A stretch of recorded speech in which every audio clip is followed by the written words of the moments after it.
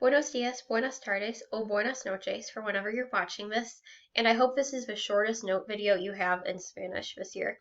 So I want to remind you that some verbs are irregular in only the yo form. So what this means is in every other forms like tú, él, ella, usted, nosotros, vosotros, ellos, ellas, ustedes, they're going to follow the normal endings as if like they're a normal AR, ER, or IR verb. Then just in the yo form, they are going to be different. So for instance, dar goes to doy instead of just being do. For I give, poner is pongo instead of pono for I put, etc. A lot of these are going to end in go, go, as a way to remember them.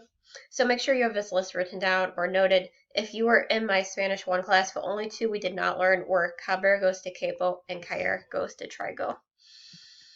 Two other irregular yo verbs not on that list that I just had that you should have written down are venir, to come, and then decir, to say. These two are stem changing verbs on top of being irregular yo. So in the yo form, it's vengo. Then the other boot boxes are going to stem change e to ie for venir. For decir, the yo form is going to be digo for I say or I tell.